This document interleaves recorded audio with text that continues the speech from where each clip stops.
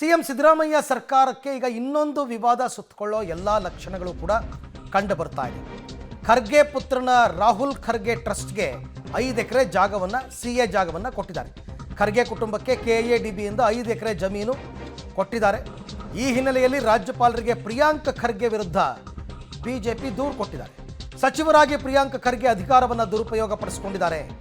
ಪ್ರಿಯಾಂಕ್ ಖರ್ಗೆಯನ್ನು ಸಂಪುಟದಿಂದ ವಜಾ ಮಾಡಬೇಕು, ಜಮೀನನ್ನು ವಾಪಸ್ ಪಡೆಯಬೇಕು ಅಂತ ರಾಜ್ಯಪಾಲರಿಗೆ ಈಗ ಬಿಜೆಪಿಯಿಂದ ದೂರು ಸಲ್ಲಿಕೆಯಾಗಿದೆ. ಛಲವಾದಿ ನಾರಾಯಣಸ್ವಾಮಿ ಅವರು ವಿಧಾನ ಪರಿಷತ್ ವಿರೋಧ ಪಕ್ಷದ ನಾಯಕ, ಅವರು ರಾಜ್ಯಪಾಲರಿಗೆ ದೂರು ಕೊಟ್ಟಿದ್ದಾರೆ. ರಾಹುಲ್ ಖರ್ಗೆ ಅವರ ಒಂದು ಟ್ರಸ್ಟ್ ಇದೆ, ಸಿದ್ಧಾರ್ಥ ಟ್ರಸ್ಟ್, ಅದು ಆ್ಯಕ್ಚುಲಿ ಎಜುಕೇಷನ್ ಟ್ರಸ್ಟ್. ಅದು ಆ ಟ್ರಸ್ಟ್ಗೆ ಸರ್ಕಾರದ ಸಿಎ ಜಾಗ 5 ಎಕರೆ ಕೊಟ್ಟಿದ್ದಾರೆ. ಇದು ಕಾನೂನು ಬಾಹಿರ. ಹಾಗಾಗಿ ಪ್ರಿಯಾಂಕ್ ಖರ್ಗೆ ಅಧಿಕಾರವನ್ನು ದುರುಪಯೋಗ ಪಡಿಸ್ಕೊಂಡಿದ್ದಾರೆ. ಅವ್ರನ್ನ ಸಂಪುಟದಿಂದ ಕೈ ಬಿಡಬೇಕು ಅಂತ ಬಿಜೆಪಿ ರಾಜ್ಯಪಾಲರಿಗೆ ದೂರು ಕೊಟ್ಟಿದ್ದಾರೆ. ಇತ್ತೀಚೆಗೆ ರಾಜ್ಯಪಾಲರಿಗೆ ದೂರು ಸಲ್ಲಿಕೆ ಅಂತಕ್ಕಂಥದ್ದು ತುಂಬ ಜಾಸ್ತಿ ಆಗ್ತಿದೆ. ಅಪಾರ ಗೌರವ ಇದೆ.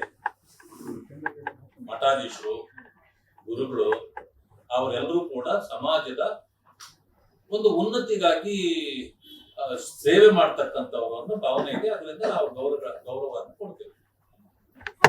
ನನಗೆ ಅವರು ಒಂದ್ ಹೇಳಬೇಕು, ರಾಜಕಾರಣವನ್ನು ತೊಳೆಯೋ ಕೆಲಸ ಮಾಡಬೇಕೇ ಹೊರತು ಅವರು ಅದನ್ನು ಬಿಟ್ಟು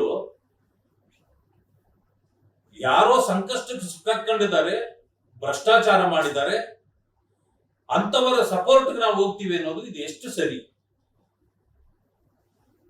ಆಮೇಲೆ ಈ ಸರ್ಕಾರ ಮೂಡಾದಲ್ಲೂ ಇವತ್ತು ಭ್ರಷ್ಟಾಚಾರ ಮಾಡಿದೆ. ವಾಲ್ಮೀಕಿ ನಿಗಮದಿಂದ 187 ಕೋಟಿ ನುಂಗಿದ್ದಾರೆ ಅನ್ನೋದು ಇವತ್ತು ಅಪಾದನೆ ಆಗಿದೆ. ಅದು ಕೂಡ ಇನ್ವೆಸ್ಟಿಗೇಷನ್ ನಡೀತಾ ಇದೆ. SCP TSP ಯಲ್ಲಿ 25,396 ಕೋಟಿ ರೂಪಾಯಿಗಳು